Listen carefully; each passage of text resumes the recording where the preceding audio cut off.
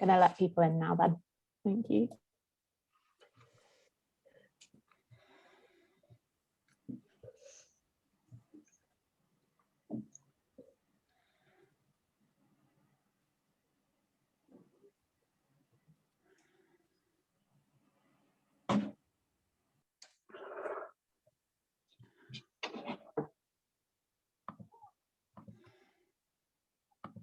Wonderful. Is that everyone in, Sean? I think that's everyone from the lobby for the moment. Yeah, we'll add people as and when. Welcome to everyone who's joined the call. I think we'll just give it a couple more minutes. I hope you don't mind. We're expecting a few more people to join. Are we expecting more people to join, Sean? We have one further registration who we're expecting to join. Okay, well let's just give that 1 minute and then I think we'll crack on. But welcome to everyone who's just joined the call.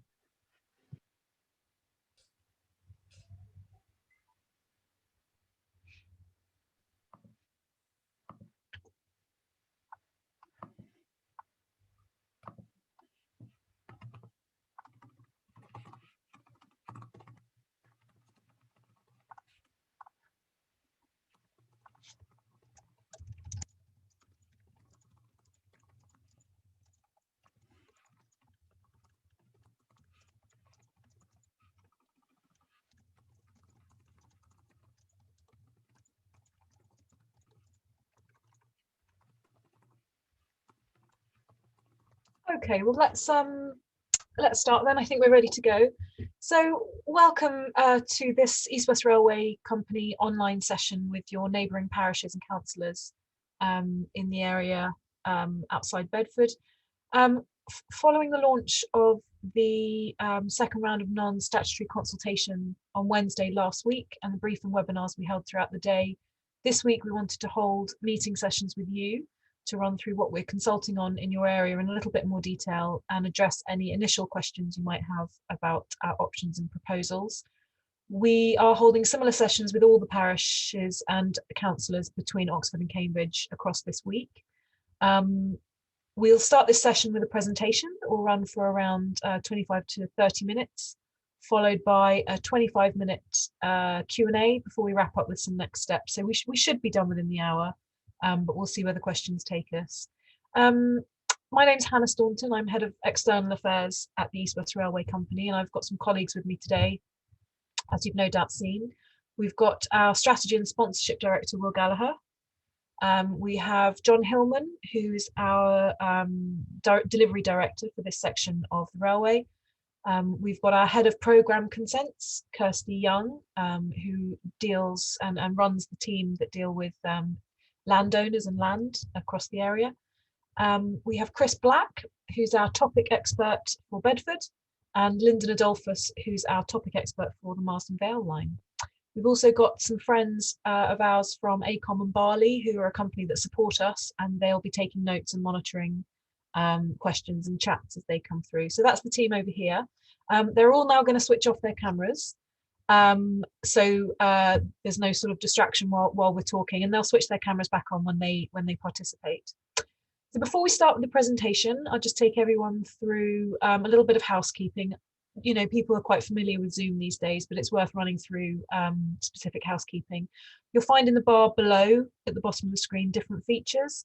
There are buttons to mute and unmute yourself, share your camera, unshare your camera, open the chat window, or to check the list of participants.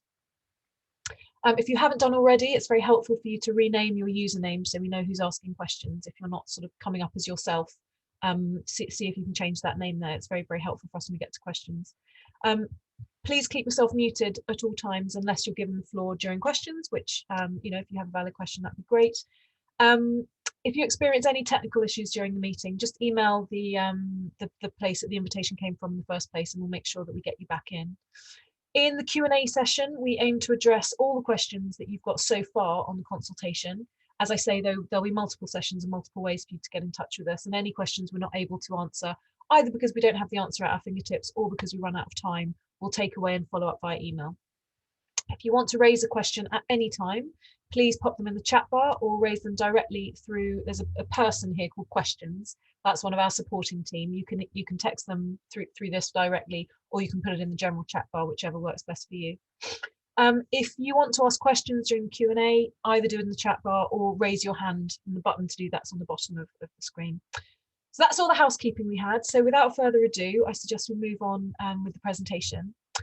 The first thing I wanted to do was just share with you the consultation zone. Now, the consultation zone is broadly the area where we are actively going out and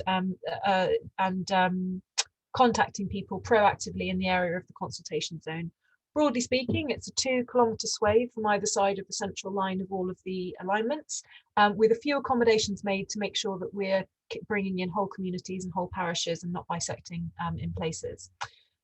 This is an unusual consultation for us. It's the first time we've consulted all the way from Oxford to Cambridge. That's because we're bringing together all the different parts of the project in a really integrated sense, which is one of the things that East West Rail was created to do, was to make sure that the whole East West Rail line makes sense as a line.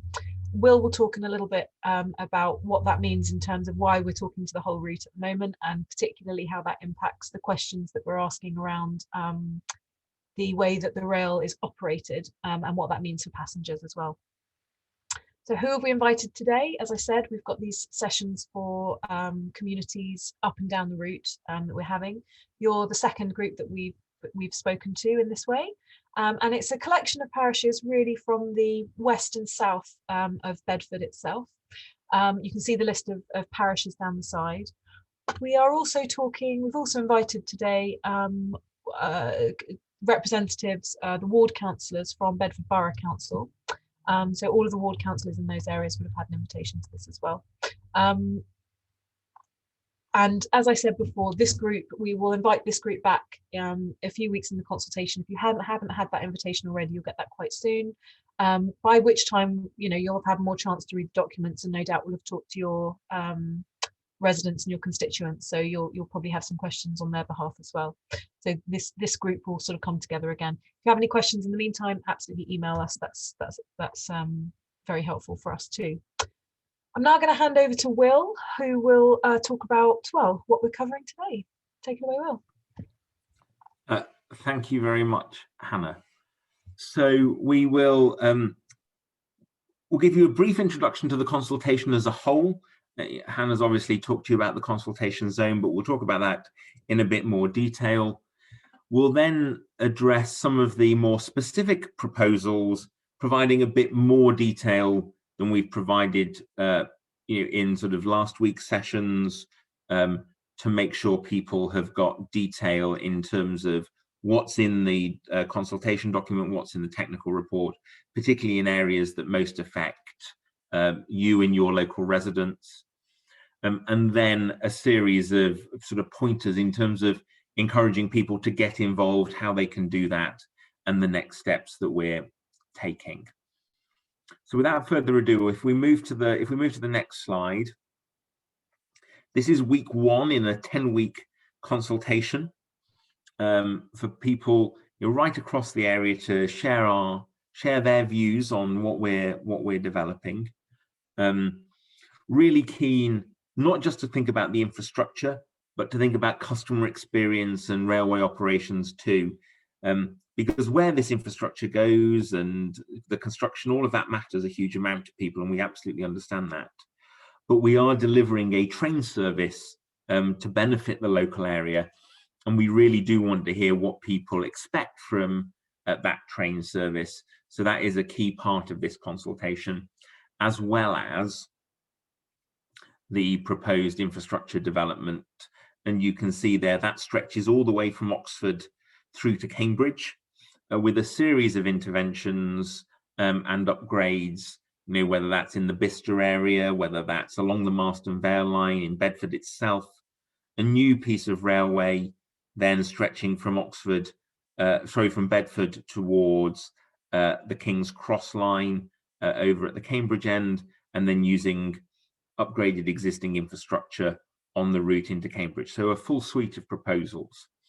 Now, if we just take a quick look, zooming in particularly at the customer experience aspects of this, and flick onto the next slide. This is, as I can't stress enough how important this is as part of this consultation. So people tell us what they want from their railway experience. And if we flick onto the next slide, we see this really in 5 areas. The kind of train service that people want in terms of its sort of frequency and when it runs and the times at which it runs and those sorts of things. So really, really keen to get your views on that. The station experience, stations are the gateway to this railway, but they also tend to be, places where the community comes together, where, whether it's retail or a variety of different things, or in some instances, it's just, we don't want any fuss. We just want really easy, straightforward access to the platform to get onto a train. So really keen to hear your views there, as well as the onboard, the on-train experience. We know from our research that interaction with members of the team who work on the railway is so important to the experience that people have, as well as that crucial sort of live customer information about where the train is, whether it's going to be delayed, which platform it's going to, all of those sorts of things. So, and the formats in which that can be made available to you. So those are 5 key areas where we'll be looking for your input to help us shape what we're trying to, the service that we're trying to deliver for the communities in this area. As we then move on to the next slide, I think this just allows you to see the geographic spread of our proposals. And today we'll spend most of our time focused in the sort of the big green box in the middle of the screen and the red box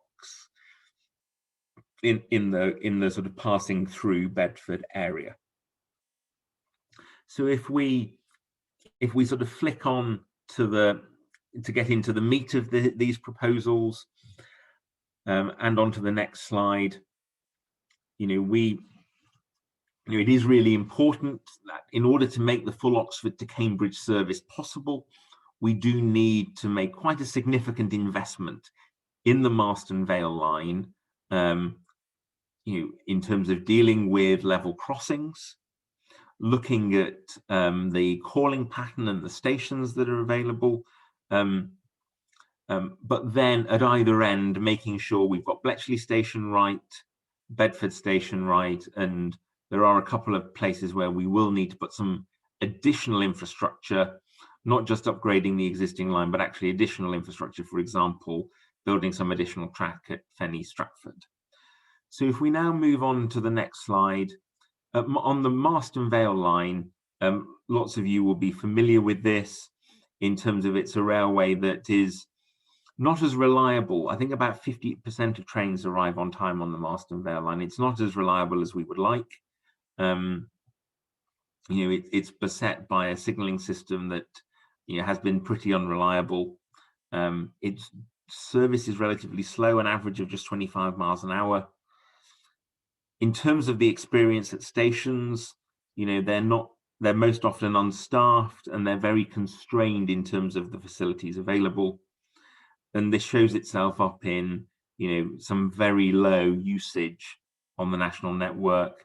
Indeed, 3 of the 10 stations on the line see fewer than 40 passengers on average each day, which is very low. Sort of puts them in the bottom 10% of all stations in the country.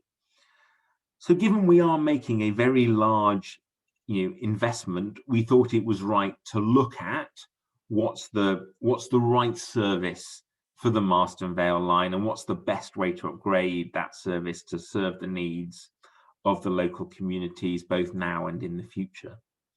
So we can see that there is the existing hourly stopping service. It's there flagged with the red little red station signs, and we've developed a concept that protects that service, but with a new limited stop service calling at Woburn Sands and Ridgemont.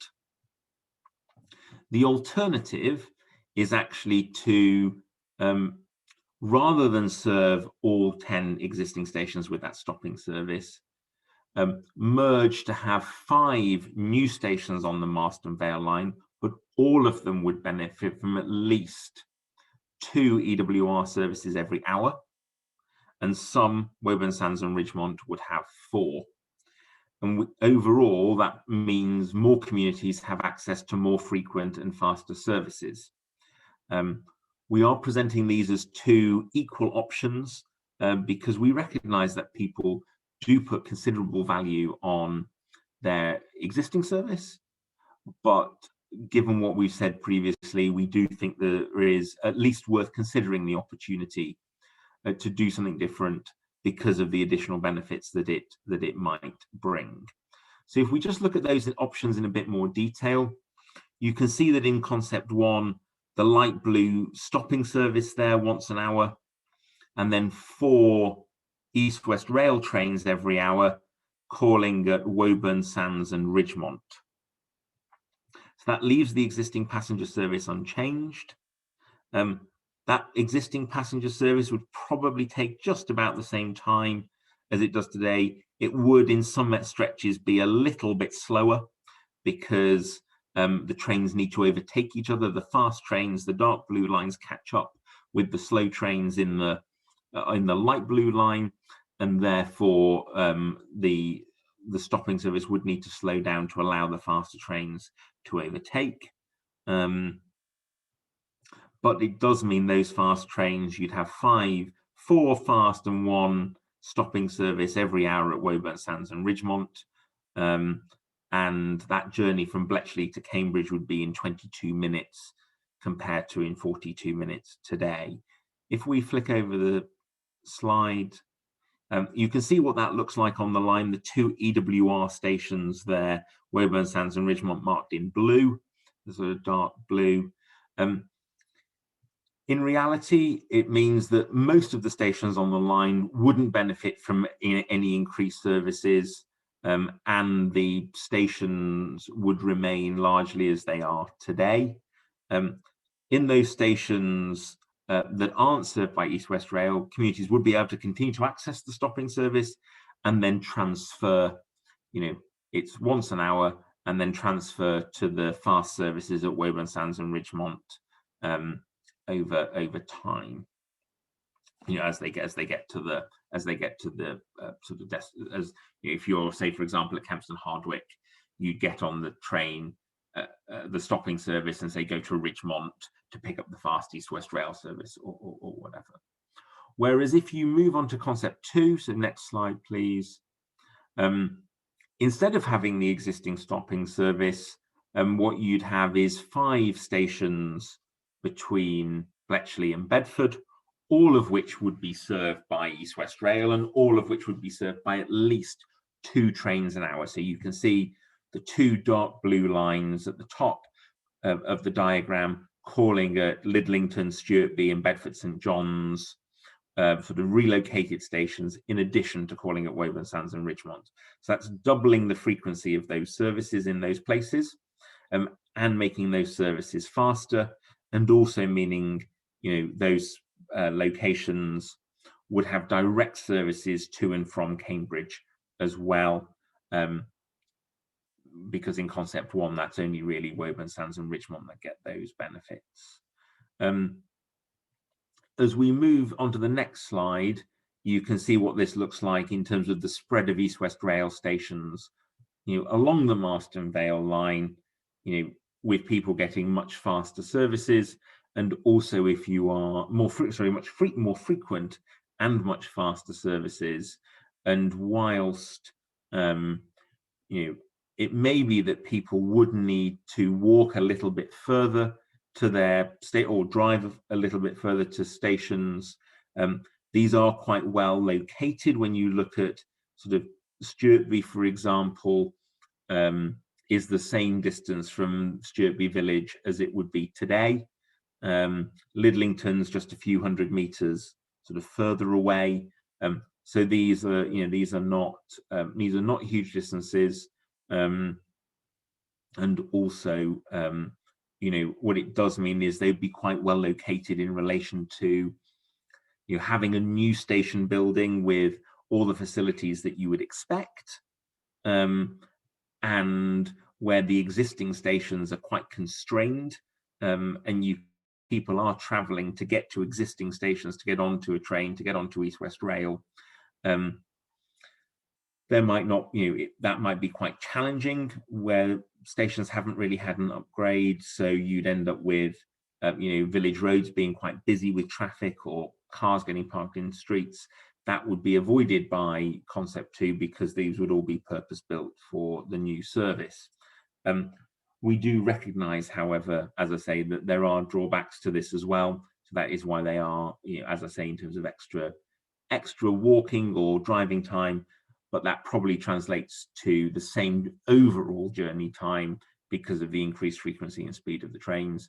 But we do want people to sort of feed back to us on both of these options in terms of which they prefer. As we move on to the next slide, whichever of the concepts that we take, whether that's concept 1 or 2, we do need to do significant work to level crossings, and I'll hand over to John, who's going to talk you through this section. Yeah, thanks, Will. Good afternoon, all. My name's John Hillman. I'm the CS2 Delivery Director for East West Rail. So just want to spend a few minutes talking about level crossings. Anybody that's familiar with the route will know that there are an abundance of them on the Marston Vale line. There's 31 crossings across the railway, and they are a mix of public highways, private access roads, footpaths, farm routes, all across the Marston Vale line. And we're looking at the level crossings as they are today, and we recognise quite clearly that they form quite an important balance in connectivity in and around the area. So next slide, please. So just to give you a little bit of a background on the crossings and where we are today, the previous TWAO granted Network Rail possession the ability to close permission on 30 out of the 31, 11 of those level crossings that are currently in place today. And that was to introduce an hourly service between Oxford and Bedford. As people may be aware, that Network Rail have currently recently closed 3 further crossings on the route. But what we're looking at with East West Rail is obviously a 4-fold increase in service levels from 1 train an hour to 4, as Will outlined in those concepts. And that brings a number of challenges around what we do and don't do with level crossings. Next slide, please. Level crossings on the railway are one of the major safety concerns, and it's been the policy for a number of years of the Office on Road and Rail, and equally the rail industry, where possible, to close level crossings to remove safety risks that exists. And it's predominantly a risk around users interfacing with crossings and cases of either mistaken use or even abuse on quite heavy cases. East West Rail are going to introduce, as I said, 4 times as many trains an hour, and we're also looking to increase the speed limit along the route significantly. And that brings challenges around sighting, things being able to see far enough ahead for trains and drivers, and equally, it would also have an impact on the amount of time that barriers that did remain would be closed to car users. So this means ultimately that the current position with the 31 level crossings is not workable from an introduction of East West Rail services, and that we need to look very closely at what we can do. Next slide, please. So just to give you an idea of the number of crossings on the route and what 31 looks like, and the little white circles with the blue crosses there indicate all the crossings along the route. And as you can see there, there's quite a number of them. It's likely that in our proposals that we've got in the consultation currently that we're going to work through in further detail, it's likely that we would end up providing somewhere between 16 and 19 new bridges across the railway in order to close the crossings.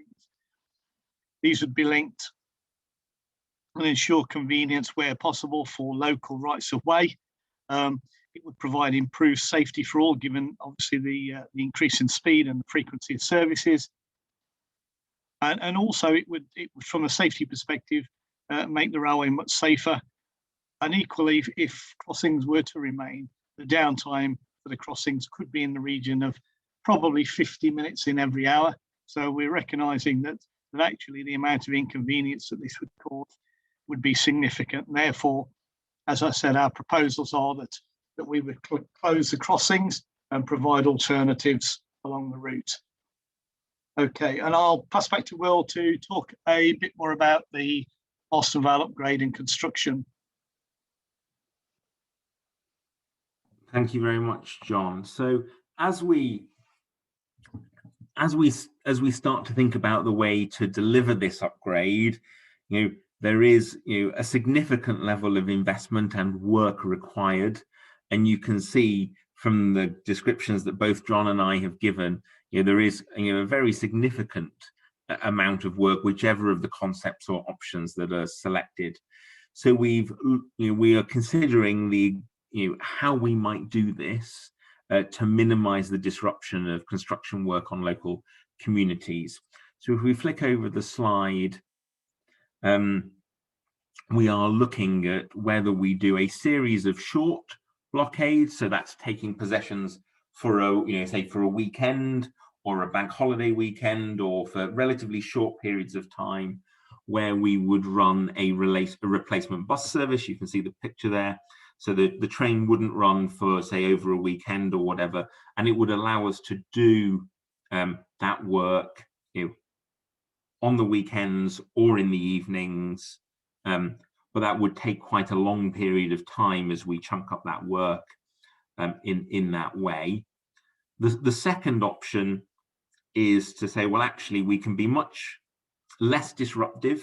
We can be much more efficient in the way that we do the work for people by taking a longer period as a blockade, but allowing us to get onto site to do the work during normal hours and motor through that work more quickly, because we've got basically the whole line as a free space on which to work. Or the third is to do a mixture of the two, that it wouldn't be closing the line for a period of however long, a year or two, but would be a combination of short weekend type possessions and longer sort of periods as well, again to try to find the balance. So we are keen to hear people's views on, depending on the way that they use the service, which of those is better for them, particularly thinking about the level of disruption that is associated. So if we then flick on to the next slide, we'll start talking about the interventions around Bedford. So we do need to make some improvements to the existing railway and a new section of railway as well. We recognise how important Bedford is as a transport hub in the region, and there isn't sufficient capacity yet in the area to allow East-West Rail trains to run reliably and not disrupt other services. We also think there's a huge opportunity here in terms of the way we do the upgrade to really support local stakeholders' aspirations for growth, jobs and prosperity in the town. So we do want to sort of work with you as to make sure we get the full benefits of bringing East-West Rail to Bedford. So as we flick on to the next slide, just a very quick overview, and then John will talk you through in a bit more detail. We're looking at the location of Bedford St John's Station and what we do precisely there. We're also looking at how we make improvements to the existing Bedford station itself, and because we will be putting 2 new tracks through there and we'll need to relocate the building as a consequence. And then also heading north through Bromham Road Bridge and then out to join the alignments heading east to Cambridge. Again, just looking at our interaction there with the Midland Main Line, local communities, as well as a sort of road network in that area.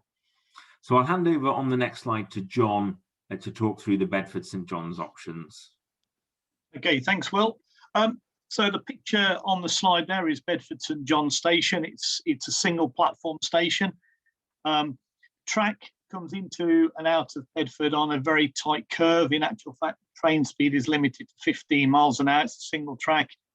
So we're expecting to have to change the alignment of the railway through Bedford St John's significantly in order to get a minimum of 30 miles an hour through there.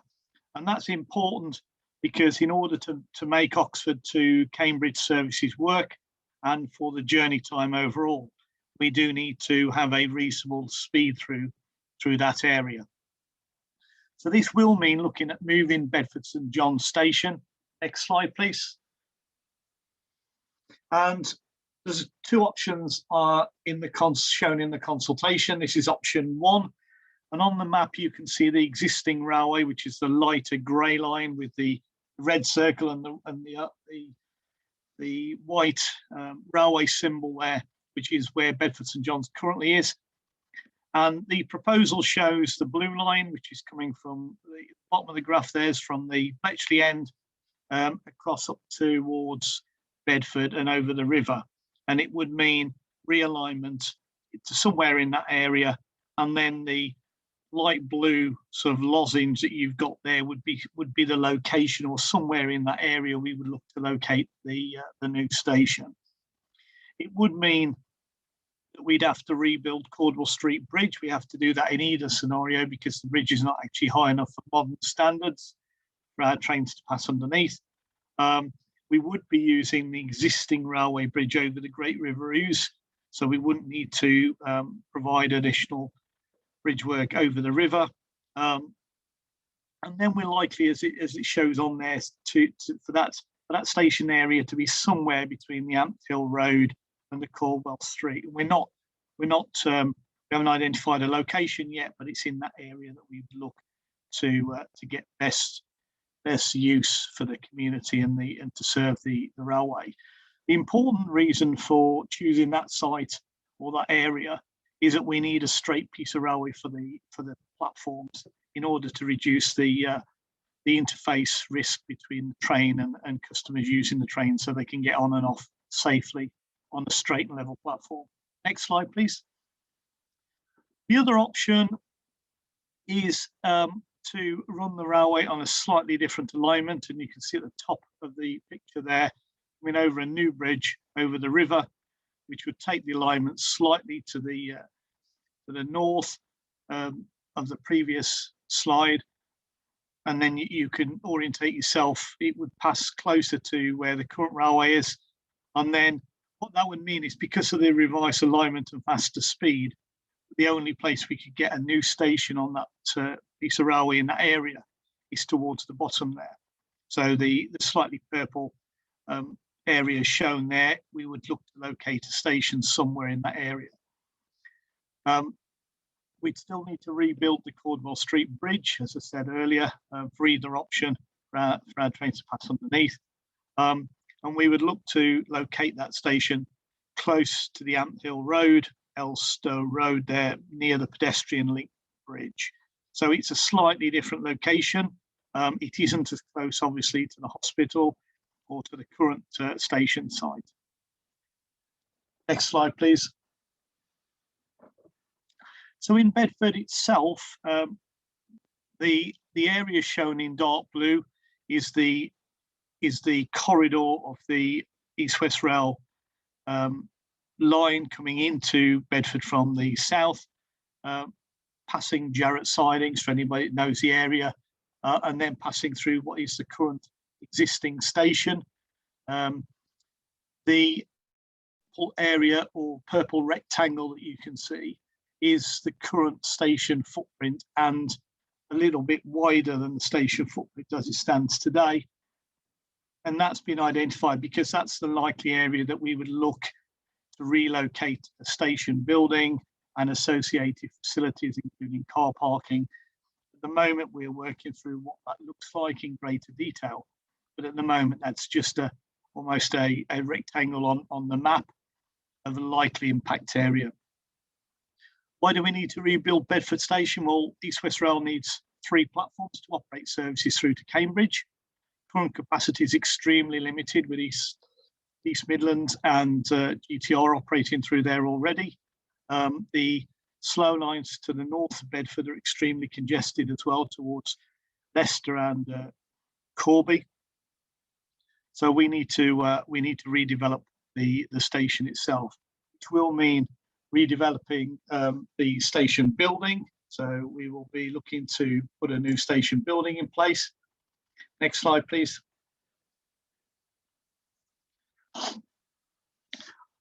And as I said, the reasons for this is the one track coming in from Bletchley direction, which is the current Marston Vale line. We've already talked about the restriction of the speed through Bedford St John's, and it's very restricted into Bedford itself as well. Platform 1A, where the services come to for the Marston Vale currently, obviously is a dead end platform. So that's where we would need to remove the station building and build additional platforms. And as I said, the capacity of the platforms currently is very limited, and therefore we need new platforms for East West Rail services. Next slide, please. So I think we've probably covered most of these, but you can see that that's the current where the Marston Vale currently ends up in the platform there, platform 1A, and we would need to build additional platforms there for East West Rail. So that would include, as you can see, the station building, which is at the end of that platform, a short platform.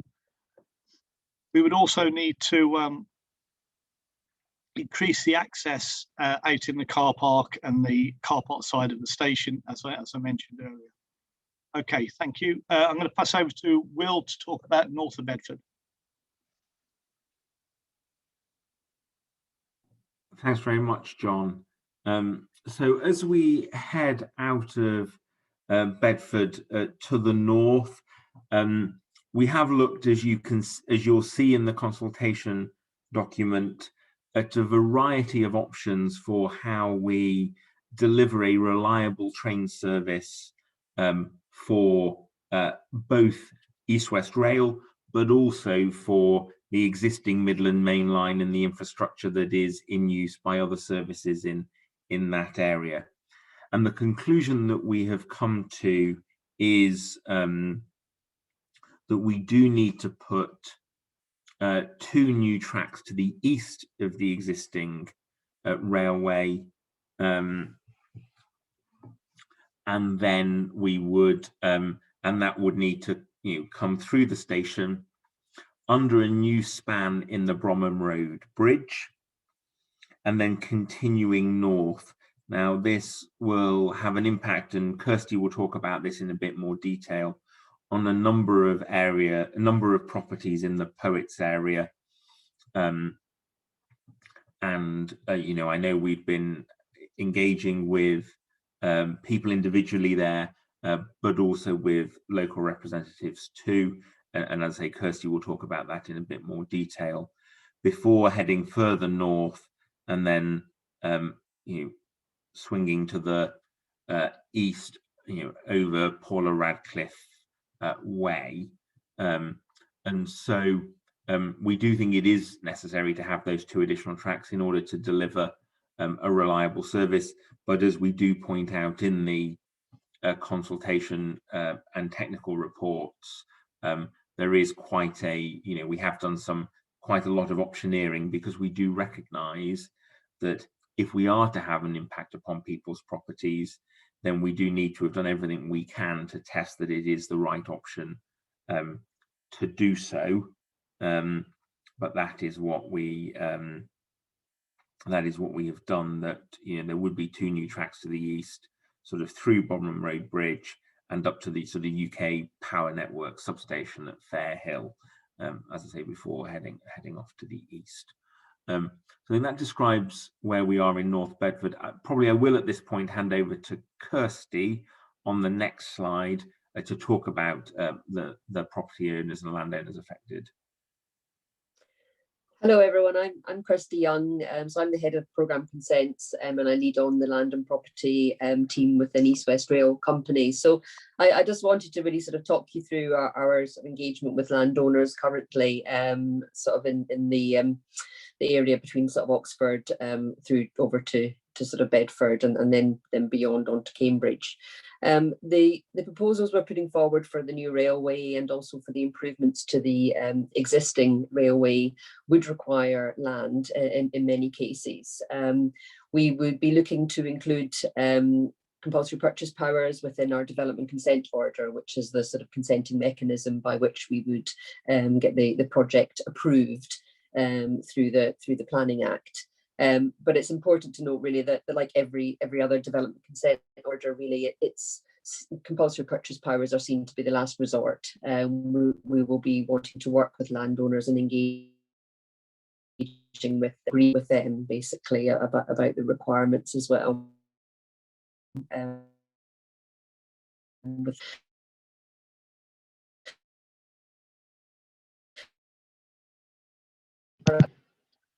Sorry to interrupt. I'm not sure if it's just me, but I don't know if others are experiencing technical difficulties. Yes, I'm seeing that from her too. Shall I pick up here, and then we can, if we go to the next slide, and then we can come back to Kirsty later on if people have questions. Maybe we'll do it that way around. Is that okay with everyone? I'll assume Great. it is. So really, that's the bulk of the presentation we want to talk to you about today. So very shortly, we'll be opening the floor for questions. What we want to do over the next few weeks of consultation, as Will said, it's a 10-week consultation ending at the sort of a week, just over a week into June. We had briefing sessions before the consultation started, which you're invited to, and today we're running you through a bit more of the detail than we were able to then. And then in late May, we'll have another session with you, which we expect by then, as I said at the beginning, you'll have had an opportunity to not just read the documents in more detail, but also to have spoken to your constituents and residents and other people to get a flavour of the questions that they're asking and where you're going with that. So we want to carry on working with you. We're available in the meantime as well if you want to email the contact at East West Rail. We'll make sure that that's elevated to the right person, that we're giving you clarification as much as you need on the on any aspects to do with the consultation, or indeed East West Rail as a whole.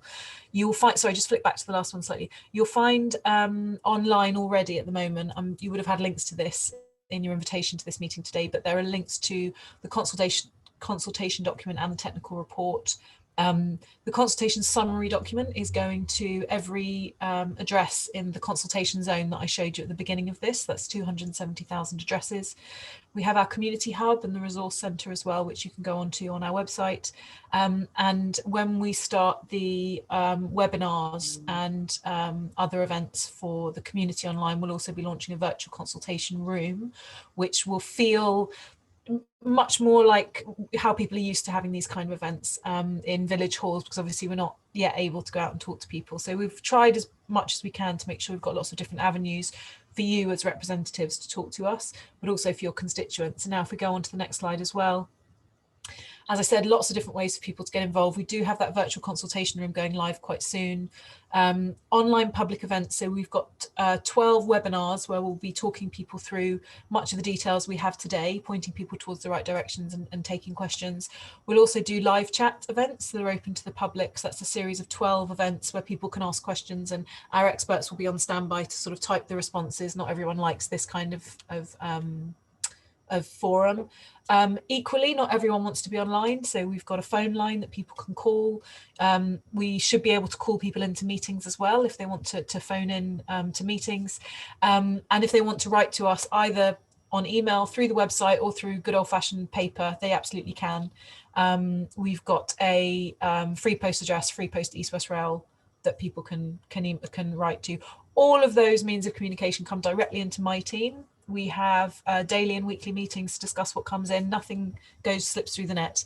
So please don't think that that's being thrown into an abyss somewhere. That is something that gets monitored permanently. We're always looking at what's coming into that. So we'll have a question and answer session now. So I'll hand over in just a second. What we'll do after the session is we'll just again touch on what the next steps are and what happens next. But I think at this point I'll step back and we'll see what questions have come in. Great, thank you, Hannah. So just having a look at the questions in the chat bar, Lou, apologies for calling you Louise. You've just got a couple here which I will raise for the East West Rail team to come back on. So your first was just around parking at Bedford station, and you've asked whether that would be reduced due to the amendments at the station. I'm not sure who would be best placed from East West Rail to answer that. I don't know if anyone is. John, would that be? Yep, I'll take that. Great, thank you. So where we are at the moment in respect of Bedford Station is we're about to start work on what Bedford redesign, early redesign looked like. So we don't necessarily have all the answers to all the questions at this point in time, but that will be developed between now and statutory consultation in consultation with stakeholders as we go through that work. So I wouldn't envisage that we would end up in a place where we have less station car parking, but we need to do the work to understand that first. Great, thank you. And then just another point around stations. So would accessibility for those using all the stations be improved, as many of the stations are not suitable or reliable for those with accessibility needs? Should I pick this one up? Go ahead. I was just going to point people towards the accessibility fact sheet that's on the website. So I'll post a link to that in the chat bar. But Will, if you want to. Yeah. So look, we're very focused on inclusion and accessibility, as Hannah has sort of sent there. There's a fact sheet that we've made available that we, in terms of our focus there. Certainly, as where we're developing new stations, that is a sort of priority for us. Also, where we are making enhancements to existing stations, we will do what we can in that area and work with Network Rail where they are Network Rail stations.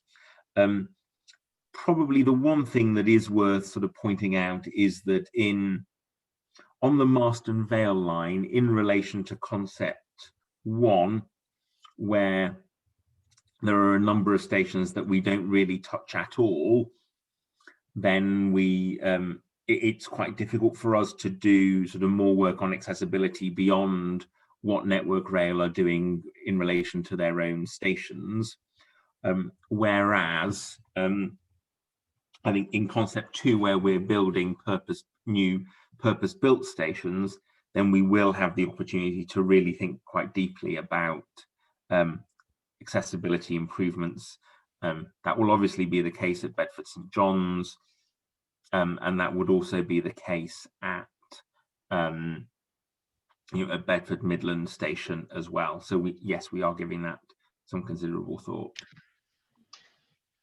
And if I can jump in a little bit as well, one of the things that we are very aware about is, that there's, I think when we talk about accessibility, quite often we think of physical and mobility needs, and then the next stage that people often think about is people with pushchairs or maybe people with luggage and those kind of things. However, we're also looking at how we can take into consideration mental well-being and neurodiversity and other kinds of accessibility needs that are often hidden. So there's quite a big work stream there that's going on in the background. As Will said, we do take that incredibly seriously. It's something that we really have tried to bake in from the get-go. So what we've got in the document that I've sent a link to, we're calling it Our Approach to Accessibility and Inclusion. And it's that inclusion is really critical for us, really making sure that everyone can benefit from this railway. It is something that's really at the heart of what we're trying to achieve. Great, thanks, Hannah. And then just John and Will, there's one more question from Lou here, which is kind of infrastructure focused regarding bridges. So could we confirm what work, if any, and when will take place on Bromham Road Bridge and Ford End Road Bridge as well? I'll pick up Bromham Road and then I'll leave John to pick up Ford End Road. In relation to Bromham Road, so as we've said, we would need to put an extra span into Bromham Road Bridge. We are of course aware of the disruption that there has been around Bromham Road Bridge in the recent past, and we'll be working very hard to minimise that level of disruption and thinking about what we can do to keep the time we need to disrupt traffic in that area to a minimum, but there would need to, as I say, be an additional span put into that bridge. In terms of timing, I imagine this applies to both bridges, but going through the consenting process, we really see construction getting underway in earnest in 2025. at the earliest, and then over a period between then and the end of the decade. So it is likely to be in the second half of this decade. I think you'll be relieved to know we don't envisage that the works on the bridges would take that 5 years, but it just gives you a sense that this isn't imminent in the next couple of years in terms of when these works would be getting done. John, on Ford End Road. Yeah, thanks, Will. So at the moment, our proposals are that we would use the existing arches under the Ford End Road Bridge. That is subject to further design and check and analysis. And if that's proven to be true, then the impact on Ford End Road Bridge is relatively minor. If we find that we need to make alterations in the next phase of development work, then we would have to work out what that looks like. But at the moment, our working assumption is that we can reuse the bridge in its current form without major changes. Great, thanks John and Will. And Hannah Staunton, probably one question for you here is just around consultation events. So Lou said that both Bedford consultation events are during the day or many will be at work. Will there be any events in the evening for Bedford? Absolutely. Thanks very much, Lou. This was a question that, as I said, when we get these emails in, we review them every day, and it was one that my team brought up with me this morning. So we're just having a look to see if there is something we can do there, because one of the things is the availability of the key people to make sure that we've got the right people in the room for that event. So we're just going to have another look at the timings for the Bedford event and see if there is anything we can do there. So I will take that away. It's already something I'm working on, and I'll make a note to come back to you and make sure that you've got that information when we've worked that through. Perfect, thanks Hannah. So not so much a question, but just a statement from Kirsty, whose sound obviously cut out, for Graham and Lou, your awareness that further on information on engagement with landowners is available on our webpage. If you search land and property, you can find out more there. So I don't know if there's any more questions at all. Graham and Lou, if you have them, please feel free to speak up now. Otherwise, I will hand back to Hannah to finish things off. Thank you. Brilliant, thank you so much. So we've now gone through what the consultation is, what it covers, and where you can find information on it, and also how we're going to engage with you and talk to your constituents and the people you represent over the next 10 weeks. The key part of all of this for us is making sure that we get that really good feedback from everyone. So the final part of that puzzle really is making sure that people know how to respond to consultation.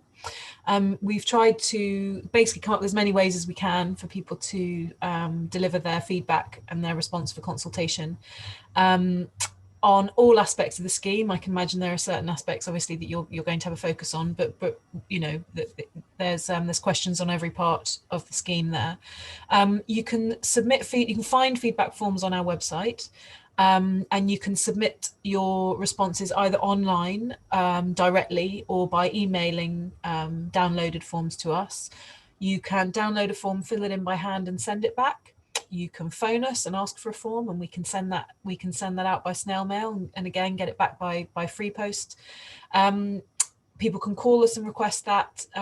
We're trying to open up as many possible ways as we can for us to get feedback in to the consultation. And I would say, if there's one takeaway from this from me, it's that please do make sure that people are feeding back into the consultation, because you know, we need all of that fantastic information to help us as we move into the next stage of design.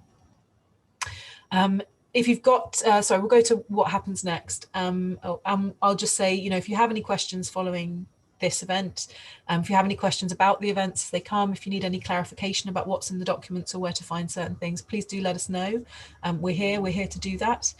We really look forward to talking to you over the next 10 weeks. So please do email us, contact@eastwestrail.co.uk, or call us on the number that you've got here. That's in all the documents. And we will be sending out, as I said, those summary documents to everyone in the consultation zone. They'll start to land with your constituents by the end of the week. So do look out for those. So unless we have any more questions coming through, I think it's my pleasure to say thank you very much for finding the time to come and talk with us today. And we'll take away the questions that we've got, and we very much look forward to seeing you again soon in this consultation. So thank you very much. Hannah, I would just add one comment from Lou, if that's okay, that's just come through regarding event timings. Yes, Lou, just looking at that, I think, that's a really good point, and it's something that we struggle with, because the key thing that we want to do is to make sure that we've got people of sufficient seniority in the room to make sure that when you have questions, they're being answered with authority. It also means, though, that in terms of evening slots, we then become quite limited, and we wanted to make sure that you could talk to us as early as possible in the consultation. So it really is a balancing act, and we do try and get it right, but it's really helpful to get feedback like that from you. And again, I'll take that away and see what we can do for future events to make sure that we shift up the balance, or at least we have a spread across the piece. So thank you very much for that. Great, thanks. So wonderful. So again, thank you very much, everyone, and we do look forward to seeing you. And if any other questions do spring to mind, please let us know. But in the meantime, I'll just thank you again for participating in today's call.